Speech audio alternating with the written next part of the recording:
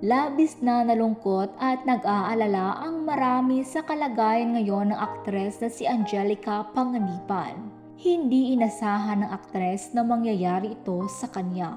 Nitong mga nakaraang buwan nga lang nang maging usap-usapan ng second wedding ng aktres at asawa niyang si Greg Human. Sa isla ng Siargao ginanap ang kanilang second wedding kasama ang mga sikat na kaibigan at mga pamilya. Matron of honor niya ang aktres na si Glyza De Castro at bridesmaids naman sina Kim Chiu at Bella Padilla.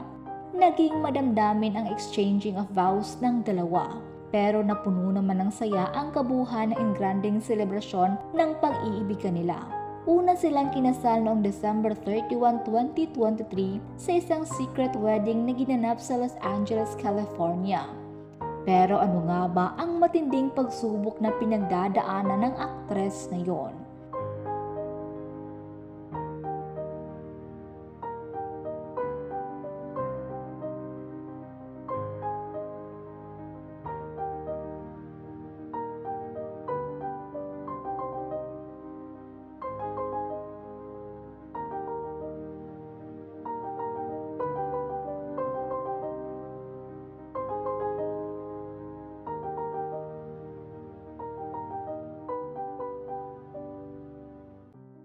Ibinunyag ng aktres sa isang 25-minute vlog na sumailalim siya sa operasyon matapos umano makaramdam ng matinding pananakit sa kanyang kaliwang balakang.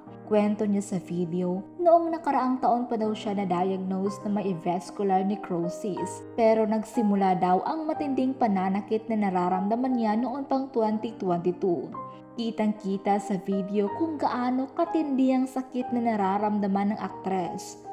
Lumala na daw kasi ang pananakit na umabot na sa kanyang pagsusuka. Kaya nagpa-second opinion na ang mag-asawa sa ibang doktor tungkol sa kondisyon ni Angelica.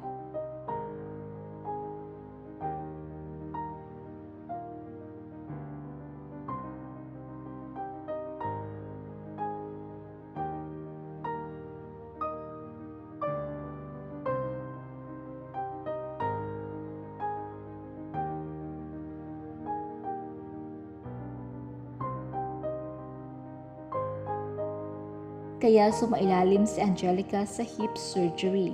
Labis din naging emosyonal ang aktres dahil hindi niya makakasama ang anak sa pagtulog habang naghahanda siya na maoperahan.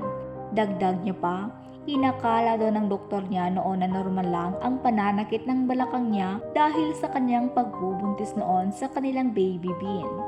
Kaya humanap daw sila ng ibang doktor para mas ma-diagnose ng mabuti ang nararamdaman niya. Ngayon ay nagpapagaling na ang aktres matapos ang operasyon.